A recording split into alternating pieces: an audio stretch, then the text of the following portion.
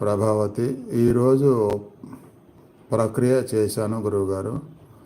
శ్రీశైలం అడవి లోపలికి వెళ్ళాను గురువుగారు. ధ్యానంలో నాకు వీరబ్రహ్మేంద్ర స్వామి కనిపించారు. నేను ఆగిపోయాను. Very good. అలా కనిపించినప్పుడు ఆగిపోయి ఎంతసేపు మనకు దర్శనం ఇస్తారు, మనం కూడా ఎదురుగా కూర్చొని ఏమైనా సజెషన్ ఇస్తారా, ఏమైనా చెప్తారా, ఏమైనా ఆశీర్వదిస్తారా అన్నట్టుగా అలా చూస్తూనే ఉండాలి. చూస్తూనే ఆ భావాన్ని బాగా స్టాండర్డ్గా గట్టిగా నిలుపుకొని ధ్యానంలో లయమైతే నిజంగానే ఆ స్థాయి పెరిగితే కనుక నిజంగానే సంభాషించే సందర్భం కూడా జరిగిద్ది. అంటే మీకు కనపడిన పోతులూరి వీరబ్రహ్మేంద్ర గారు సంభాషించడమా, సజెషన్ ఇవ్వటమా, ఆశీర్వదించడమా అలా కూడా జరిగే అవకాశం తప్పకుండా ఉంటుందన్నమాట.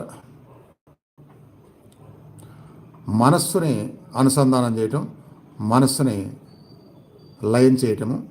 లయం చేసినప్పుడు మన యొక్క తత్వం మారిద్ది, గుణం మారిద్ది, మనం అదిగా మారిపోతాము, పొందుతాము అని నిన్న మొన్న వినిపించిన వాటిలో చెప్పాను కదా.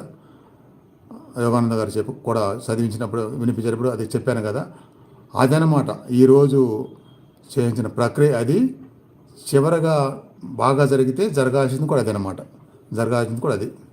ఏది ఎవరిని చూసామో దర్శించామో వాళ్ళని ఇంకా బాగా మనం లయం చేసుకోవటము, బాగా స్థిరంగా ఆ దృశ్యంలో లయం అవటము, అది జరిగినప్పుడు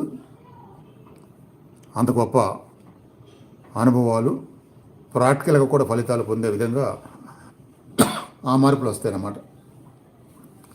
ఇప్పుడు విష్ణు విరూపాక్ష చెప్తున్నాడు 25 సంవత్సరాల నుంచి భరించామని చెప్పి. ఇప్పుడు ఇక్కడ వ్యక్తులు మారారు, కానీ మారకుండా ఆ ప్రభావతి ప్లేస్లో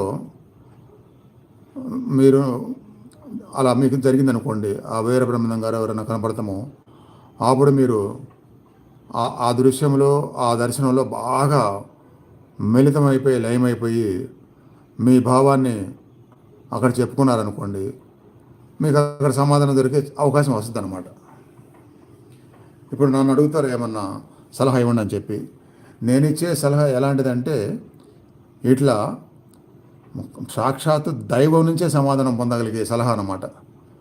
సాక్షాత్ దైవం నుంచే మీరు సలహా పొందగలిగే సలహా, దైవం నుంచి సలహా పొందగలిగే సలహా నేను ఇచ్చేది.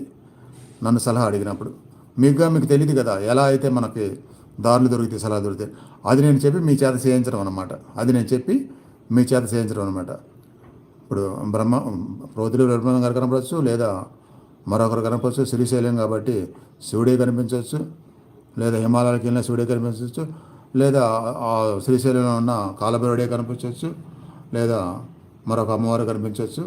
అలా కనిపించినప్పుడు మనం బాగా దర్శించగలిగితే, మెల్లిమెల్లిగా మనం ప్రార్థించగలిగితే అప్పుడు నిజంగానే మనకి రెండిట్లో ఏదైనా జరగవచ్చు. అంటే సమాధానం దొరకవచ్చు అక్కడి నుంచి ఏమంటే, లేదా అనుగ్రహం కలగవచ్చు.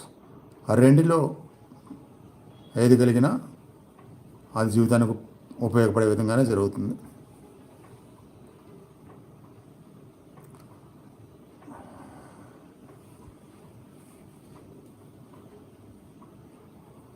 విష్ణు వీరపాక్ష ప్రకృతిలో వివరించాము, భగవంతునితో కనెక్ట్ అయ్యాము. ఎందుకంటే నేను గత వారం నుంచి స్టార్టింగ్లో ఏది సాధించాలన్నా ముందు ఏకాగ్రత, ప్రశాంతత కలిపి సాధిస్తేనే సాధించగలుగుతాం. ధ్యానంలో తదుపరి ఉన్నత స్థాయిలన్నీ ఏకాగ్రత, ప్రశాంతత సాధిస్తేనే సాధించగలుగుతాము. అది సాధించి ఇలా భగవంతునితో కనెక్ట్ అవ్వగలుగుతాం కాబట్టి మొదట ఒక ప్రశాంతత వస్తుంది, తర్వాత అనుగ్రహం వస్తుంది. దానివల్ల ముందు జీవితాలు బాగుంటాయి అన్నమాట. ఎందుకంటే మీరు చిన్నప్పటి నుంచి మీరు ఇది చేయలేదు కదా, ఎంత ఇదిగా చేయలేదు కదా. చేసి ఉంటే అప్పుడు ఎలా ఉండేదో లైఫ్ పాజిటివ్గా. కనీసం ఎప్పటి నుంచి చేయడం మొదలు పెడితే జరిగింది ఏదో జరిగిపోయింది, జరగాల్సింది బాగుండేట్టుగా అట్లా ఈ భగవంతుడితో కనెక్ట్ అవ్వడం అనేది వలన బాగుంటుంది అన్నమాట. ముందు జీవితం బాగుంటుంది అన్నమాట.